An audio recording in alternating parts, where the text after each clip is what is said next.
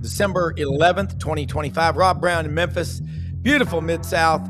Nice, cool morning. Brendan Martin in Ocala. And Brendan's not here today. Yeah, I don't know who this guy is. It's the Mac Browne. Mac Browne. Yeah, Mac Browne. Is it Richard Petty? I'm I'm really Richard sure. Petty today. Yeah. That's my alter ego on the show is Richard Petty. There we go. Well, look, we got a great one today. We got Coach Matt Dean, John Hartwell, College Sports Solutions, Gabe Kuhn, and we're going to be joined by him. He's going to give us it's a neat perspective. Do we need to go to a group of 5 playoff and a power 4 playoff? Just have two separate, groups. We're going to talk about that today. Also, Gary Harris checks in, WVUA Channel 23, sports director in Tuscaloosa. His phone works. He's always ready to go. He could be driving. He could be sitting. He could be flying. We'll do it all. Take a picture with your cell phone. Be cool. We're live on Facebook, Twitter, and YouTube. 8 channels simultaneously. And cannot thank you enough, all of you that are out there watching. 1.2 million views was on our Facebook page in the last 28 days. Thank you very much for checking in. We appreciate we got QR codes on the screen. If you wonder what those are, if you've been living under a rock, you can frame grab those and you can look up the QR. You can go into our chat, hit the link. You just go to Facebook and you can search for SEC Sidelines and or Rob Browne or any of us. We've got reels and posts everywhere. Just go ahead and click a follow, like, share, make a comment. I don't know, buy a vowel, anything keeps us going, because that kind of stuff gets us paid in the future one day. Maybe not anytime soon. But we want to keep doing this job for free and not getting a real job. So help us out so we can help you out. Yeah. And one thing for sure is that this never seems like work, because it is so much fun talking with the smartest people in sports, like John Hartwell, Matt Dean, and Gabe Kuhn will be joining us momentarily. I think Gabe was doing one last set of gassers out there. He still misses. I'm going to ask Gabe. He said he was logging in right now as we speak, and he has a 1-year-old. So I imagine his mornings are just interrupted with But hey, guys, I watched what happened at Michigan yesterday. Sharon Moore, man, at some point, it's just what a shame. And I guess he was fired with cause. And John, does that mean no buyout? And then I hear Dave Portnoy. I watched him. Come on, in Michigan, we don't play for 9-3. Well, the guy's been there 2 years, and now they're not exactly setting the world on fire, but guys, I think that's exactly the problem, is this playoff or bust mentality. It's making a lot of fans very hard to be around. Matt, John, who wants to answer that one? I think it's I want to win it all too, but hey guys, welcome to the show. How you been? Nice to see you. Good, yeah. Good. Tell me Rob's on 4. Let's say Rob was double fisted 2 different kinds of coffee. FYI. Just want you to know that's what you're getting into. Welcome to the show. Nice. I've just got one. So here's the thing. This whole story goes way outside of wins and losses. I mean, it's really a sad deal, because you're gonna have a wake of destruction in this whole deal, just based on the initial information, and it's not just Coach Moore's family and his livelihood, because yes, he did get terminated with cause, and which means no buyout, no nothing. You're out the door, and depending on timing, depending on who they hire, all of that, you got an entire staff that's right. Kind of left out there holding the bag too, that really had nothing to do with this. And the timing cycle of getting jobs, it's at the tail end of that. So just a bad story, and quite frankly, another knock on the reputation of the University of Michigan, and they've unfortunately had quite a few of late. So that's and I understand Dave Portnoy, and obviously there's a lot of people poking jabs, not just the Ohio State folks at this story, but there's a really serious side to it too that I hate to see. There is. Gabe Kuhn is in here with us now, ESPN 92.9 in Memphis. A proud native son, I got it right this time, of Wildwood, one of the many. I think there's 35 suburbs to St. Louis because, like I said, I worked for A.G. Edwards for 8 years. Loved it. Great. St. Louis people are about as good as it gets. I was getting excited. I thought you meant Wildwood, Florida. I was going to be like, man, that's right down the road, bro. And Gabe is in Richard Petty's backyard. That's right. Gabe is 6'5", 310. I thought were you getting some gassers in this morning, some wind sprints? You know it. Of course. Do you miss playing college football? Well, I think you need to rephrase the questions around it.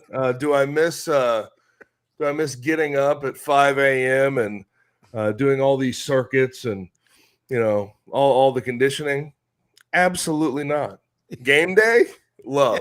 I miss that. I miss the teammates and everything else, that camaraderie, but all that other stuff. I can't imagine these days having to get up and do all that. Yeah, exactly. And it's different.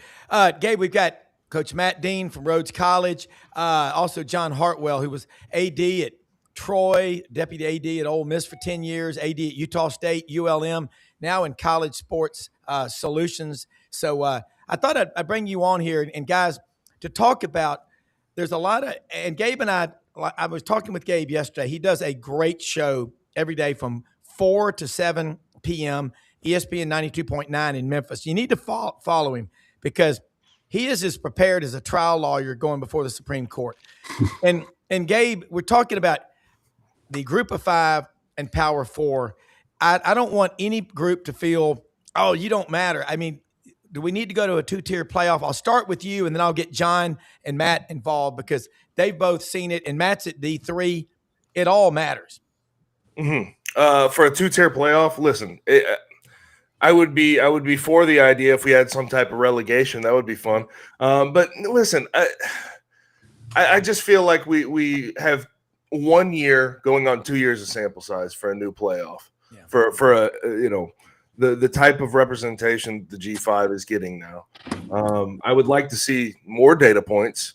And I think that we jumped the gun a little bit when we talk about, these teams that are going to get absolutely smacked around. Now, do I think that James Madison is going to stick in there against Oregon? Do I think that Ole Miss is going to lose to Tulane? They beat them 45-10 on their home field, and that's what's going to happen in the first round of the playoff. No, I don't think these teams are going to win. But that doesn't preclude them from being able to catch up and do it in the future. And I think to just abandon this plan, this idea of inclusion, I think it would be way too early. I think it would be unjust.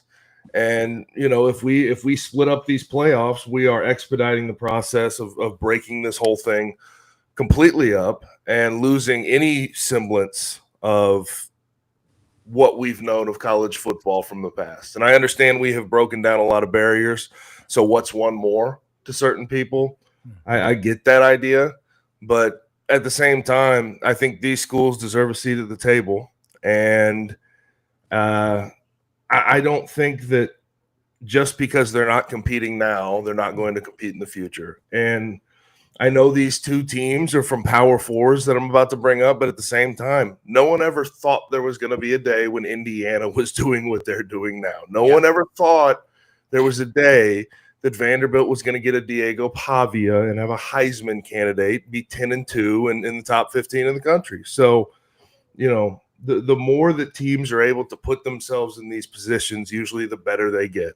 If a team like Memphis or a team like Tulane made the college football playoff perennially, they're ultimately going to get more money given to them by big donors. They're going to bring in better talent, and they're going to be a lot better when they get that seat at the table. So, yeah, I don't want it to be a two-tiered playoff system. But, It's not about what I want. It's about what ESPN, TV networks, and college football playoff committee, the big boys, the Big Ten, the SEC, what they want. So we'll see what happens going forward. I don't advocate though for a 2-tiered playoff system. I agree 110% with you. I say straight seed them 1 through 12, 1 through 16. Let them fight it out. John Hartwell, jump in here with Gabe Kuhn, and then Matt, I want your thoughts because it's great stuff. Yeah, Gabe, nice to meet you, and appreciate the opportunity to be on with you this morning. Having been an AD at 3 different Group of Fives, 2 in the Sun Belt Conference and 1 in the Mountain West, and obviously Utah State now going to what I'll call the Pac 8.5 for right now. I'll say they're 8 teams, and I'll give Gonzaga Gonzaga the half since they're not playing football. But yeah, and this is a concept that's been looked at before. In fact, he made it pretty public, although he's not going down this path anymore. He's going to politics. Derek Dooley, who was a coach and an administrator for a long time, was right down the road in Ruston, Louisiana at La Tech. Derek kind of had the drumbeat going for a while, trying to go around to the Group of 5, Group of 6 now, ADs and football coaches about this concept of a separate, separate division, separate playoff. But where the challenge is, and this is always either the deal maker or breaker, depending on what side you're looking at in college athletics these days, the financial component of it. If you break away and play a Group of 6 championship, the numbers just are not there as we sit today. Now, it may change 24 months or 36 months down the line from now, but the amount of money that the schools and the conferences from which they come that are competing in the CFP, I mean, for James Madison, for Tulane, it's a total of about $6 million. So that's a couple of million to the school. That's a couple of million to the league to distribute out, however their distribution and percentages are set up. And then a couple of million to cover the expenses. So that's real money, whether you're in the American, the Sun Belt, any of those things. And by separating that group and having your own TV deal, it just was not driving that much of a distribution. And that's just one component. That $6 million is just one component, the participant share. But the overall pool and the amount that each of the leagues and each of the Group of 6 leagues get is tremendous too. So I agree with you. I don't think, is the likelihood of Tulane or James Madison advancing beyond the quarterfinals very high? No, not much at all.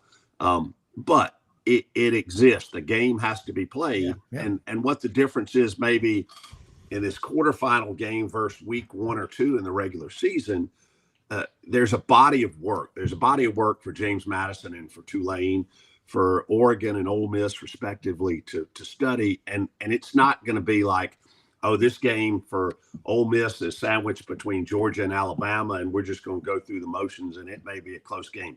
No, every one of these, it's survive and advance. So that you're going to get the best shots out of Oregon and Ole Miss. And yeah, they probably aren't going to be close games, but I totally agree with you in keeping it one playoff system. Yeah. Matt? Hey, Gabe. We have not been formally introduced, but we know some people in the same circles. You've been in the Italian Festival tent a few times with me. Oh, of course. Yep. Yeah. And nice. My son, Tyler, was really good friends with Robbie Young, who I think is one of your former teammates, Yep. And but big fan of your show, man. And I was listening last night coming home from Midtown to Germantown, and I'm really excited about Coach Huff. And I think you made a really good point about, let's say we get Memphis on a 2 or 3 run in the title game. Let's say we make the college football playoff. We already got some infrastructure in place. We talk about the facilities. Even when you started as a player there, they've gotten better.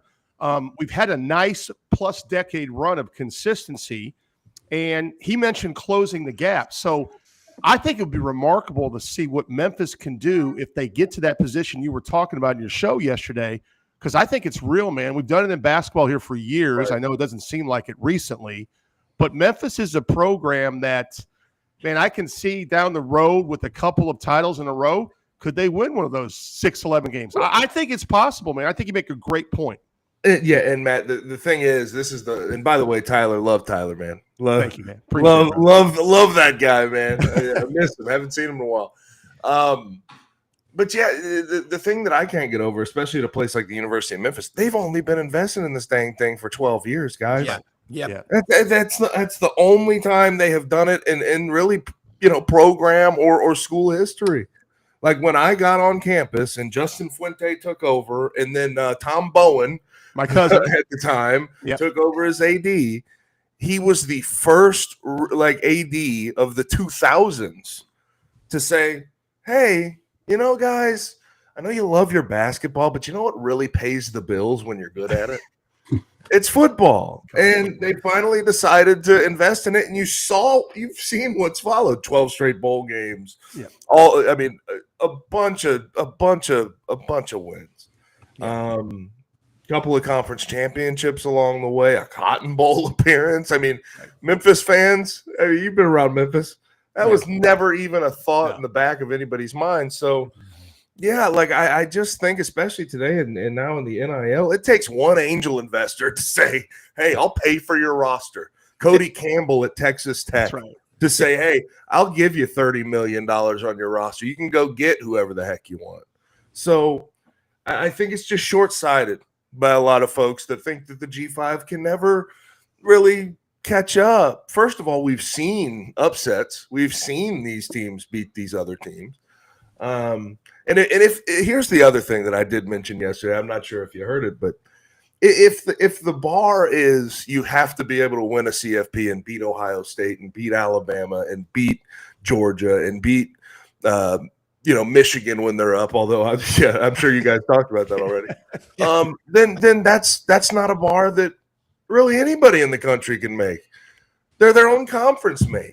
Mississippi State's never going to be in that position. Arkansas is never going to be in that position. No offense to anybody that is fans of those schools.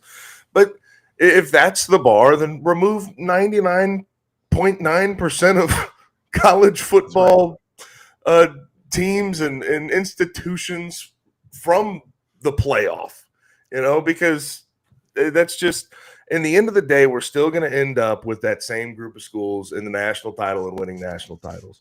It's just about how we get there and what it looks like on the way. Yeah. So, yeah, that's just the Memphis thing. And it was cool to see Charles Huff yesterday in his intro. I thought he did a really good job. But, yeah, the idea that these schools can't get there at any point in time, I know historically they haven't, but that does not preclude them from doing it in the future. Yeah, I'll tell you, I'm going to go to John, but I want to say this. The best comparison, I think, historically you can make about do we need to go to a 2-tier, which we don't. It sounds good, but you don't. And then John Hartwell just explained it. Keep in mind, he is a CPA and a Citadel graduate, so he knows those numbers. But here's the best example. Our founding fathers, when it came to the election, put in an electoral college so the country would not be ruled by the largest states' populations. The fact that every time you get your ass up and go to work at 4:30 or 5 in the morning voluntarily, it's the American dream. That's what we're built on. And to sit there and say, well, this school, this group, they can't compete. Don't say that. And you talk about angel investors. There's 6 families in Memphis with net worth over $1 billion or $2 billion. There's a lot of money in Memphis. And Ryan Silverfield tapped into Richard Smith we talked about. That's a big deal. John, jump in here with Gabe, because Gabe, you're making such a great argument. Your next life, you need to be a trial lawyer. I don't know about all that. And obviously the backing of FedEx and the Smith family has done wonders and will continue to do wonders for the competitiveness of Memphis. And as you mentioned, Gabe, basketball had been the ruler of the roost, if you will, for a significant amount of time. But with the investment in football and obviously the recent success, because I can remember, so I was at Ole Miss from 2003 to 2012, and I promise you, every time that the Rebels went to the Liberty Bowl, it was a war, and came out on the short end of a couple of those, and I think it's really important that those, with the SEC going to 9 conference games, and with the expectation or the requirement in some of the Power 4 leagues to have at least one other Power 4 game on your schedule, I think there really needs to be an effort from both sides, not just in the Memphis Ole Miss rivalry, but some others too, to try to preserve those. I know the window and number of games, with only 2 available slots on a schedule, but I think those are so good for the region and for the rivalry and all of those things as well. Yep. Yep. And I will say, I think we're in a weird spot with those, though, right? I saw this, I think, last week, and I agree with you wholeheartedly. We need more of that. I mean, I'm not saying everybody's going to watch them and it's going to be TV ratings galore. That's not what I'm saying at all, which some people, I guess, act disingenuous these days and act like, every game and every college football matchup is supposed to be, made for TV. But at the same time, you look at the 9-game SEC schedule, Big Ten schedule, ACC adopted it. Last week you saw Alabama move South Florida to 2030, and we'll see if they even play that game. You're just seeing it less and less. I mean, you're seeing these schools. I don't know if they're scared of these G5, contenders, these Memphises, these South Floridas, these Tulanes. But at the same time, there's clearly an avoidance of those games at this point. They're going to replace those with Chattanooga and a lot of FCS opponents at this point, because they don't want to put another loss on their resume. Don't even want to take the chance with it. So I agree with you. I find it frustrating, though, that I feel the way I do about what it's going to look like going into the future. Well, I was going to say, Rob, we have to do something in a lot of ways. I was just the other day, I was bored and for 2 seconds waiting for something to render, and I was just on Grok, and I was like, hey, I went down the rabbit hole with AI, and I was just like, hey, who runs this entire thing? Like, how do we make change? Like, and it was really funny because it was a back and forth and really had to break it down, and the end result was Grok's like, well, Greg Sankey just runs the whole thing. So I was like, oh, well, AI gets it. But, the idea was like, well, we're just going to have to really trash this model. What was it? Dan Mullen said in his press conference, but less than a week ago, he said, we got to trash everything and just start it all over again. And then we can kind of remake the rules. I don't know. Are we at that point, Gabe, or is it a fixable model without going to a super conference, separating out, making a new rule, then making a smaller conference? Because, broadcast stuff and all that, we can still make money on regional sports now with streaming and everything else. There's ways and models to do that. I don't know. Does that make sense? Yeah, no, there would be a way to do it. I don't think that the SEC or the Big Ten in their current construction would be for it, would be for regionalizing and taking money out of their pockets and, spreading the wealth. So I think I hate to say it, and this is, maybe I'm being cynical, maybe somebody else, if somebody else feels more positively about this, please speak. But I don't feel very positively about where we're headed. I think we're eventually just inevitably going to have some level of break-off between the Power 4 and the Group of 5. And I think the Group of 5 will be rendered into, to a certain extent, maybe a little bit plussed up version of what the FCS has been over all these years. I don't like that.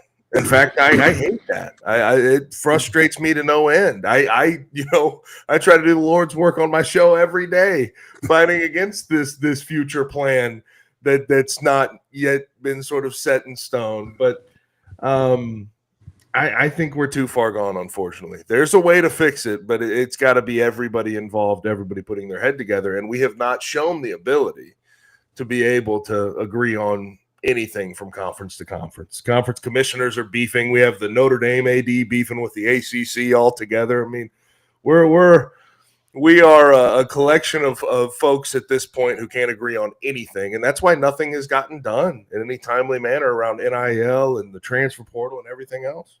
Hey, well, let me say this: One Stone Angel. It sounds like you all want everyone to win a trophy. I am the furthest thing from participation trophy you're ever going to see in your life. I mean, I promise you that. I'm just saying, for the good of America, Gabe, I can tell you as a compliment. First time you ever produced my show on a Saturday morning was a lot different than other producers who came in, put a hood over their head, and fell asleep on the mic because they've been out all night. You took the job seriously, and then I knew you had played football at Memphis, started 51 straight games. Wasn't any question you could do the work. Matt, jump back in here with this, but I am about competition. Is what I'm about, not making everybody feel good. I'm with Gabe. The more you get sniffing these playoffs, the more this big money in these towns like Memphis and Nashville. Trust me, drive through Belmead sometime. Vanderbilt, it's scary how much money there is in Nashville. But Matt, jump in here. No, I'm going to jump back in on the Memphis train because, Gabe, you brought up a point, and obviously my first cousin, Tom Bowen, when he came to Memphis, he had a background in football. He played college football. He was a De La Salle high school AD at one point in time, so he knew winning tradition. Our first conversation, we went to Huey's in Poplar, and we're talking about Memphis, and I was talking about the long history of basketball. I said, man, if you could ever find a way to get football involved, I just think we could just have elite status here because we could have 2 top 25 top programs. And you look at, obviously, him and Fuente were hired at the same time, but they had a pretty good relationship. Though Justin could be challenging. But I'll tell you, he was also the one guy that kind of uncovered Norvell and brought him to Memphis a little bit. People may not know that. But you look at the run we've had at Memphis, and we do another good thing here with Charles Huff. And I give a lot of props to Coach Silverfield. I really like the man. He did a lot of things from university. Just couldn't get that final hurdle, right? Just couldn't get those extra 1 or 2 wins. But if Huff does that, if Huff gets us to that title game and we win and we get into the playoff, I just think the money's going to expand. I think Memphis becomes a player. And truth be told, I think that's why people like the Big 12 has held us out a little bit because they're scared of our potential. 100%. And that's my opinion. Yeah, listen, I think they'd argue against that, right? But I think some of what you're saying does ring true in the sense that no one wants to share their money. No one wants to, have a Memphis come along and break up the pot for them. So they're taking less. So I feel like it's sort of this town ain't big enough for the two of us. They tried to hold down places like Memphis as this continues to move along, because they like to hold on to what they've held on to for some years. I think that's the crux of it. I think there is vested interest from a lot of those schools to keep the other schools, the have-nots, where they're at. Yeah, absolutely. John Hartwell, I know you got one more question before we let Gabe go. I know Gabe's got a 1-year-old, so Gabe probably been up since what? I hope y'all haven't heard him. I hope y'all haven't heard him. No, hey, dogs and kids are allowed in the show. Dogs and kids are more than welcome. That's our future. I got one right there. He's nice. There we go. I got dogs 2 and 2 kids. cats. Yeah, the other one's in school. 13's coming for you. Don't worry. Yeah. John Hartwell, jump in here with another question for Gabe, and Gary Harris will be on here with us momentarily. Yeah, Gabe makes a great point about the haves not wanting to share more of the piece of the pie or a bigger piece of the pie with the have-nots, and I think part of it, when you look at a community like Memphis, and again, having been at Ole Miss for almost 10 years, that it's an interesting dynamic because you're only 60 miles from Oxford. You've got a significant Arkansas contingent in Memphis and West Memphis. You've got a Vanderbilt contingent. You've got a Tennessee contingent, even though, obviously the geographic distance between Memphis and Knoxville is greater than it is to Tuscaloosa or some other places. But it's almost like a melting pot. And hey, can you get folks who may not be a Memphis alum to be all in on the Memphis Tigers? And that's no different than when I was the AD at Utah State. Hey, you got BYU and you got Utah people too, or at Troy when you're in what I would call the Devil's Triangle. I loved it there, but you were in the Devil's Triangle because you had Tuscaloosa, Auburn, and Tallahassee all within about 2.5 hours of there. And, you'd walk down the street or even on campus at Troy, and you would see any of those three schools shirts. And, eventually as an AD, you say, hey, from a fundraising standpoint, your first dollars, your first check may go to Alabama or Auburn or Florida State, but hell, you live in this community. We need you invested in this because the success of our athletic program is going to help, the overall economy. So speak to that a little bit as being a Memphis guy. Yeah, and Gabe, I want to hear your thoughts on that, and then let people know how they can follow you, and then we're going to go on to Gary Harris, and I'll let you go. That's a great question. Yes, I agree with you wholeheartedly. There's a lot of people, in the Memphis donor base that, hey, they never went to Memphis. I think a good example of that, the best possible example of that would be Fred Smith. Fred Smith is not some Memphis alum. He went to Yale. Yeah. That's where he went. Yet he was still willing, because of he knew what it meant to this community. He was willing to invest and pour in, his heart and soul to a university that he didn't go to. But, I look at the situation, and there's a lot to still be unlocked at a lot of these places. Yeah. There just truly is. And I like what you said about the Memphis being the SEC melting pot. Yeah, you could look at that as a negative, but you could also look at it as proof positive that you have a lot of unlocked potential football fans right there in your backyard, right there. And the truth of the matter is, at Memphis, when you're good, it's not a college town. It's a full city that starts to come out of the woodworks and rally behind you. I mean, it's rare. I mean, truthfully, when we talk group of five, when we talk mid-major, what have you, however you want to term the little guy, how many of those schools are able to pack in 60,000 for a conference game in 2019 against SMU? Yeah. You know what I mean? Like that, I have seen the proof of concept when it comes to getting the entire city to rally behind a place like Memphis, show up in droves, and look like a big boy on any given Saturday. So that's it's an interesting thing. Before I head out this morning, I hope we can try to reverse the course we're on. Because unfortunately, I think we're headed to a split off of some sort at some point. But hopefully, we can do the Lord's work here. It sounds like we're trying here this morning. Yeah, hey, I love the course. Yeah, to reverse the course. Yeah. But you can follow me on X at G_Kuhn71 KUHN, on Instagram as well. 4 to 7 Monday through Friday, 929ESPN.com with the Gabe Kuhn, or 92.9 ESPN if you're in Memphis, 92.9, 680 AM, 929ESPN.com is where you can stream it. Odyssey app, tune in, all those different apps. We're on there. And then I also have a podcast with the Bluff City Media Podcast Network every single Tuesday, live, 7 p.m. It's called On the Bluff. So appreciate you having me, Rob, and appreciate meeting all you fellas. Hey, look, we'll do it again soon. Thank you, Gabe. Have a great day. Gary Harris, Channel 23 Sports Director in Tuscaloosa. Man, the local, drill down local. Alabama didn't win the SEC. They're in the playoffs. Now you talked last week, Gary, and thank you for joining us, about Kalen DeBoer. Had he lost the Iron Bowl, what might have happened, now, because of AI and Grok, I don't know what's real and what's not unless I'm holding it in my hand. But Alabama's in the playoff. They're playing Oklahoma. I'll let you take it from there.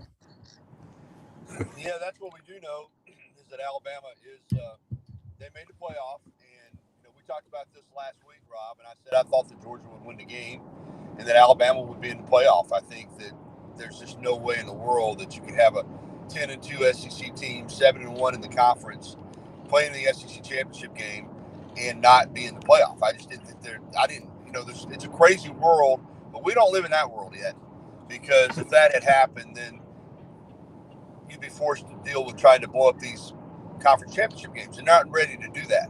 There's too much money being made. There's television inventory involved, and they like having the conference championship games. So with that in mind, Alabama was going to get in that playoff, and I think they deserve to be in the playoff. Now, the rematch with Oklahoma, I have not picked that game yet, and I won't do it until next week on Tuesday night on Tiger Insider TV. Yeah. And regardless of what it looks like going in, based on what the result Oklahoma had this year against Alabama and Tuscaloosa, and the fact that last year they beat them 24-3 in Norman, so they've got a chance, Oklahoma does, to beat Alabama 3 times in 13 months. Having said that, I like this matchup for Alabama, believe it or not. I was at the game in Tuscaloosa, and Alabama has struggled. The second half of the season offensively, Todd Simpson has struggled. He turned the ball over that day. Had a pick six that was really probably a 14-point turnaround, as Alabama was headed in, and he had a terrible fumble.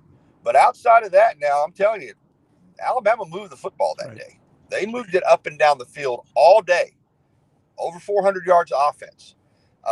Oklahoma was opportunistic. They did what they do. They played, gutsy defense.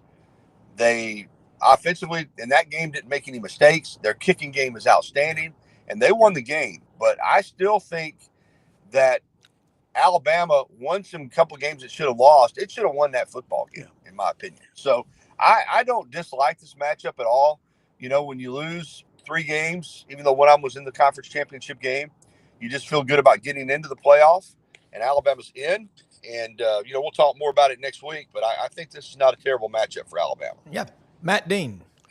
Gary is spot on as always. I feel the same way, Gary. I think if Bama plays a clean game next week, I think they win the football game. I mean, limit turnovers, and they move the ball all day. The pick six was a 14-point swing. I think it's a great matchup for the Tide.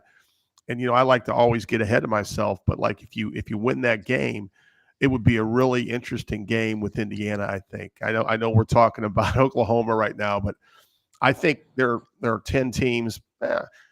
I think all 10 teams outside of the 11 and 12 have a legitimate shot to have a path to get to that final game in Miami. I really do. And I think the Tide's one of them. And I think you get a little healthy, you get a little time away, and hopefully you get a couple guys back. And I think you win that game. It's going to be a really fun run. I just think that game is going to come down to, can you minimize, turnovers and getting off the field. And I think, another thing is Oklahoma's offense. Okay, I think someone on this show, I think Monday we were talking about, Rob, are they even top 75? So, I mean, everyone talks about their defense, but I think it's the opportunistic defense that's really led Oklahoma to this playoff run. I think the Tide are better.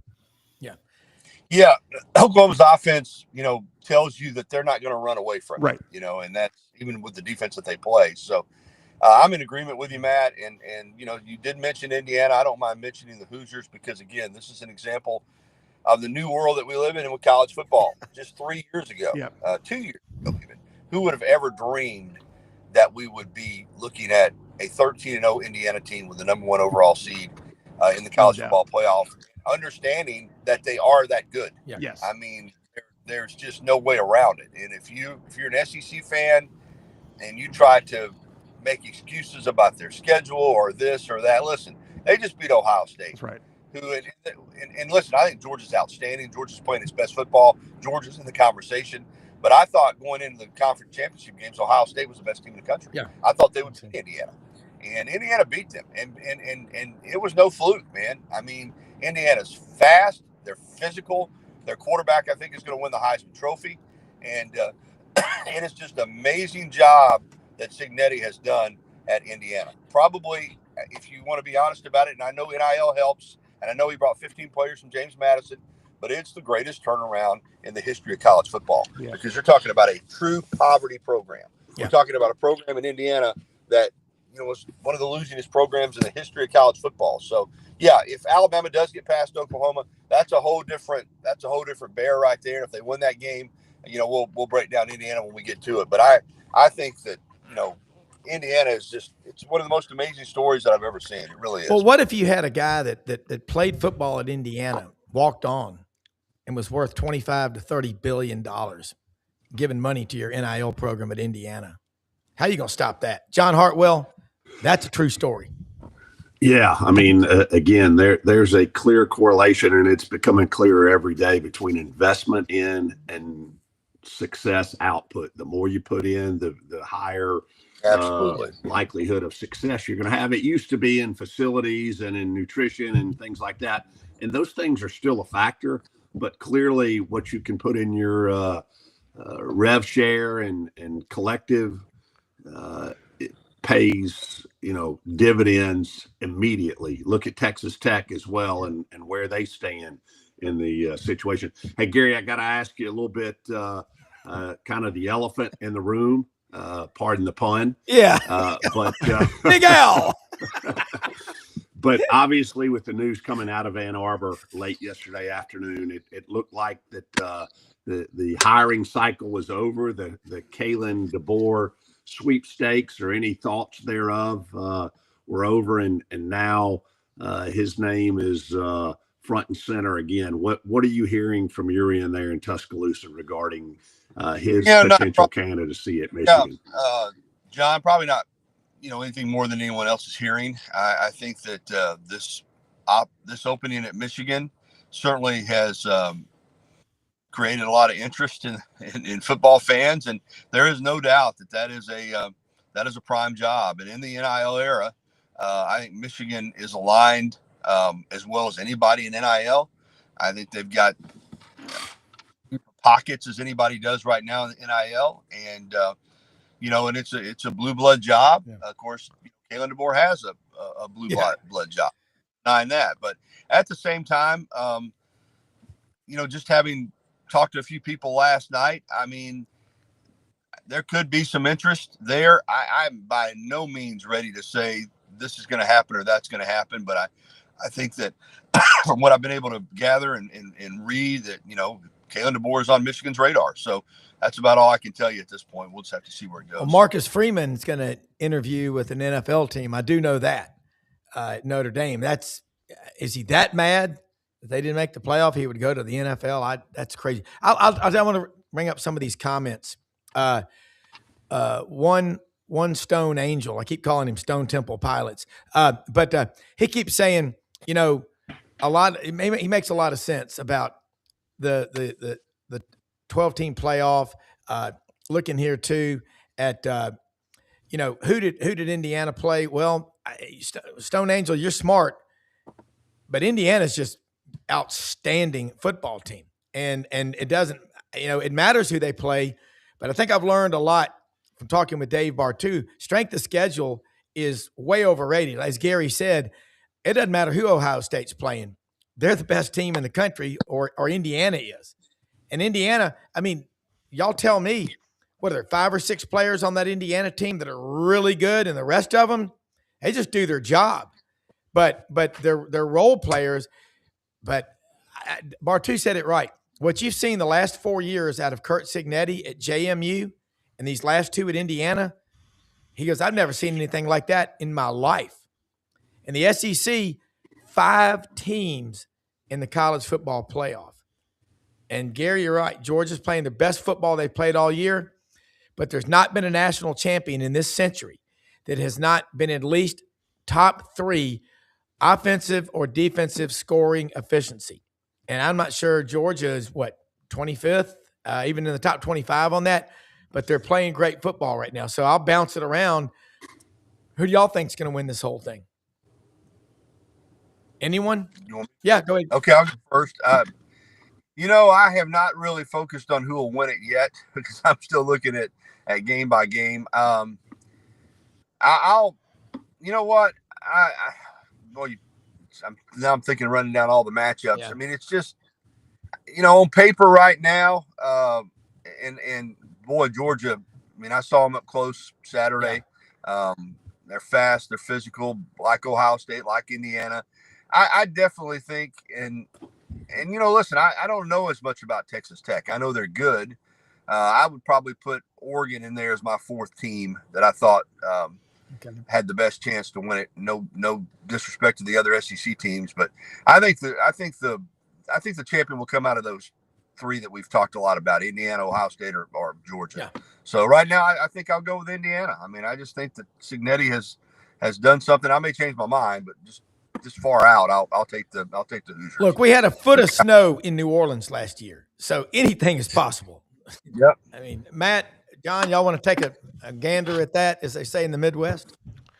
So last year, obviously, you guys know I have a connection with the Oregon football program, and Oregon was number one most of the year after they had a big win against Ohio State.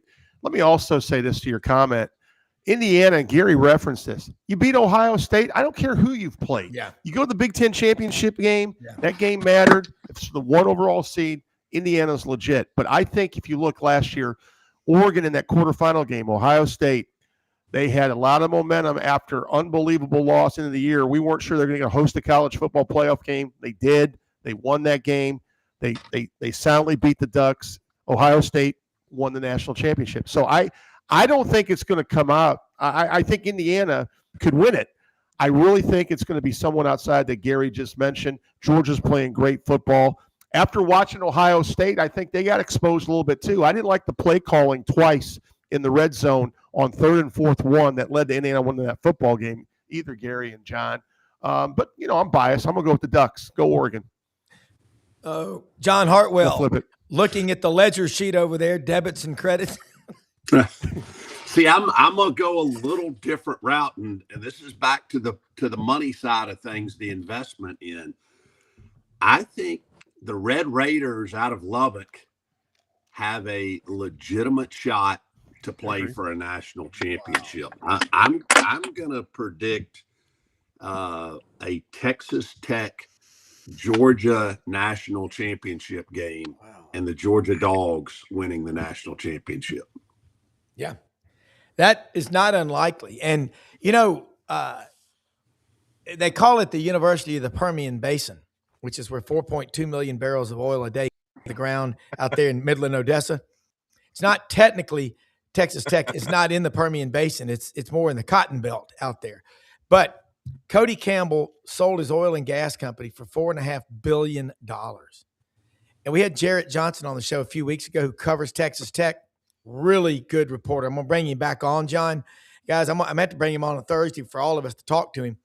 He said Cody Campbell literally was watching social media, and people were saying, hey, we need offensive linemen. And he comes on there and goes, well, what do you need? I'll go get it for you. I mean, how often does that happen, folks? Gary, we talk about money in Tuscaloosa, and I know some of the big donors to Alabama, they haven't even scratched the surface. But I'll tell you what's crazy is how much money Ole Miss has coming in. And it's not from all Ole Miss people. It's you talk about these angel investors. What's the appetite? You said something so prophetic 3 or 4 years ago on this show. You say a lot of really prophetic things, but this was on target. You said Bama people were late to the NIL party because they said we are the tip of the spear for college football. Has that changed? Yeah, I think.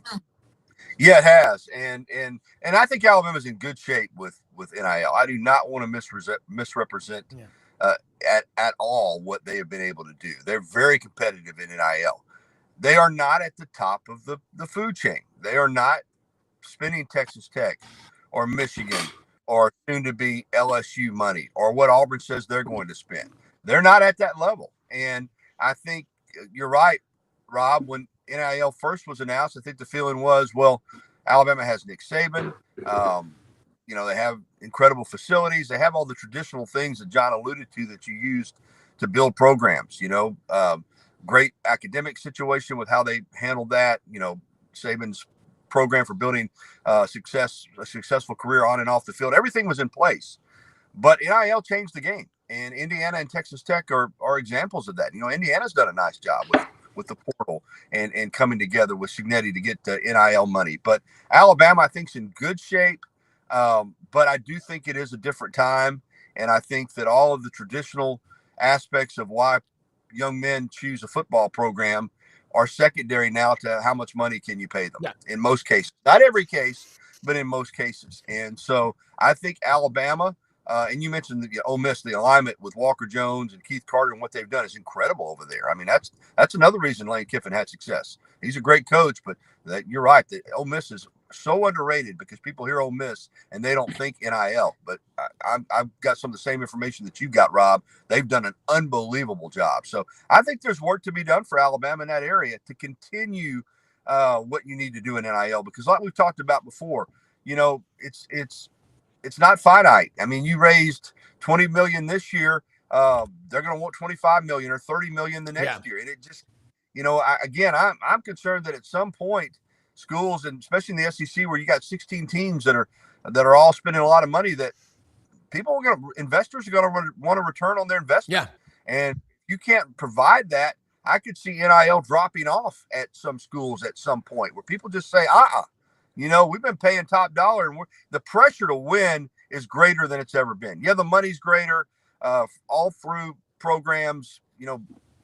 Matt mentioned it last week with his son. Staffers are making more money. So I think there's this feeling that, something needs to be done. But right now, nobody wants to rock the boat because, it's rolling in for everybody. At some point, I could see that changing. Getting back to Alabama specifically, they're in good shape.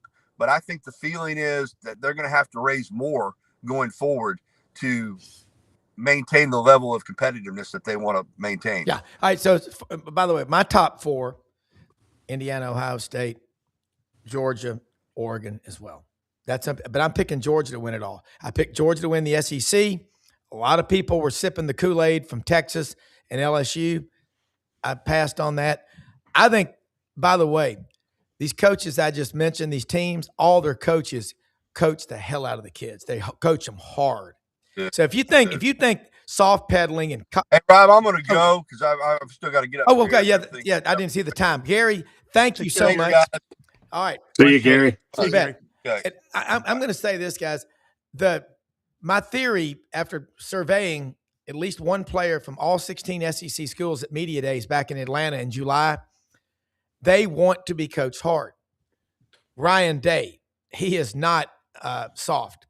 No. Dan Lanning, not soft. Kurt Signetti, God, if he gets out of coaching, he'd be a good guy to pull the trigger on the chair. He's a tough one. And Kirby Smart. And I know this is an SEC show. I don't live in an echo chamber. That's why we bring in Gabe Kuhn and people from the outside.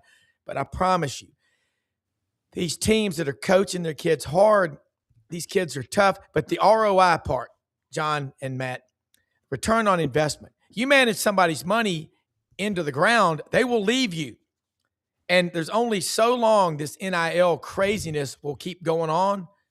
But what's crazy is, and I love the comments from our viewers, man. Thank you so much for watching. It means the world to us. I love this guy, One Stone Angel. I want to go drink some road sodas and eat some oysters with him. As much as I hate Georgia, I think they will win it all. Sounds like he might be a Gator or an Auburn fan to say something like that. But guys, what I love about college football, I just love competition, period. No set-asides, no quotas. We're not giving anything to anybody. Just throw the best teams out there. John, you put it on that right on spot. So did you, Matt, about what your cousin Tom Bowen said. As much as you love basketball, football makes the grass grow. And you look at the ACC, Ellis Johnson made a great point to me the other day. They stuck on the 800 SAT score too long, and Chapel Hill made basketball the biggest thing in that conference for way too long. And now the ACC is so far behind, I don't know what's going to happen. I don't want to see that conference fail, but they need a strong commissioner, someone like Matt Dean or John Hartwell. Definitely John Hartwell, not Matt Dean. I don't know about all that. Go for it. Rob, it goes back to some of the argument that's been out there about NIL and Title IX and everything else. The numbers don't lie. 85% of the money generated from television broadcast contracts is directly tied to football. Yeah. Doesn't matter whether it's the ACC, which obviously has been known for years for basketball, but 85% of it is driven from from football, 10, 11% from men's basketball, and the remainder, you make it say 1% for women's basketball, 1% for baseball, and then the Olympic sports, the rest. So clearly football is the engine that drives the train. That's no disrespect to the Marquettes and Wichita States and Gonzagas. Yeah. Obviously they do very well with men's basketball, and the big caveat out there still is March Madness, the NCAA basketball tournament. Yeah. But football, historically every year is that engine, and that's why it is so popular. Yeah, it is. And look, I want to say too, guys, Brendan gave me some numbers. I think in the last 28 days had 1.1 or something more million people going to one of these Facebook pages. We've got several of them. We have 8 channels. One of the reels we did the other day, Frank Duffy, about the LSU story, Kiffin to LSU, ahead of everybody in the country. Frank was so far ahead. That one, 479,000 people actually watched that. So we do have thousands of people watching, and we cannot thank you enough. Please keep coming back, share us, and like us. We got these incredible guests, the best executive producer in the world, Brendan Martin. Matt, John just nailed it. John gets the money part, and you do too. D1, 2, or 3, you talk to a student athlete who stuck it out for 4 or 5 years, that's an easy hire in the business world. That's NIL for life. You can get $500,000 in your checking account. Trust me, 95% of inherited wealth is pissed away in 3 years or less. An 18, 19-year-old kid getting $500,000, $1 million in their checking account, how long do you think that lasts? 3 weeks? Well, John's been remarkable AD his career and made some amazing hires. I think that's the thing sometimes. Like I was talking to your guy Bar2 yesterday, Rob. We're going about analytics, right? And we're talking about all these OCs and these DCs and how important it is. You mentioned something that was interesting about Georgia and not being metrically like where they normally are, but they also have perhaps the best college football coach in the country. And we talked about their improvement. Yeah. And improvement and development matters because I guarantee you, if Tennessee makes that field goal earlier in the year and beats Georgia, they're not in this position right now.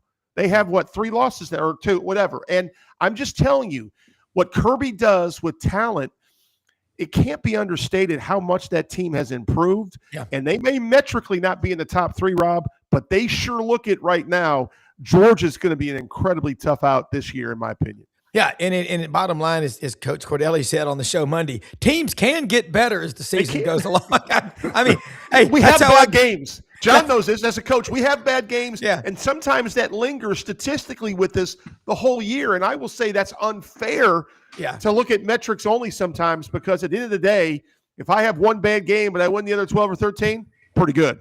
Yeah, I was always really good in finals week. I can tell you that's how I got out of college. I was ready.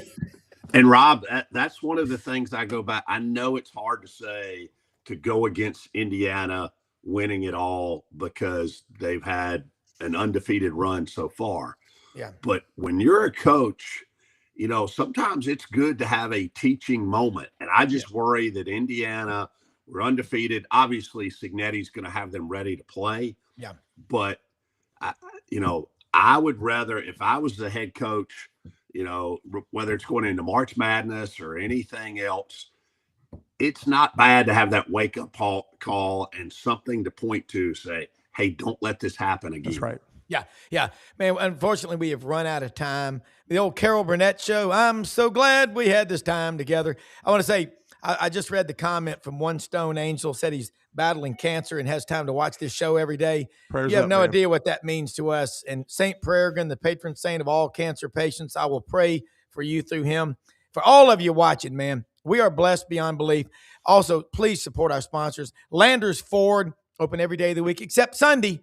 And Hewlett and Dunn Boot and Clothing Company on the historic square in Collierville, Tennessee. Rumble Boxing, how you fight is how you live. And, of course, hempforpros.com. Those gummies work. I took one last night with my eggnog. Man, I slept like a bear in the Smoky Mountain hollers, man. Those things work. Energy, pain, anything, whatever they are. Hey, most often we see the face of Christ in the least among us. For executive producer Brendan Martin, Gabe Kuhn, Gary Harris, John Hartwell, Matt Dean, all of you. Have a great day and keep watching this channel, man. Thanks for watching.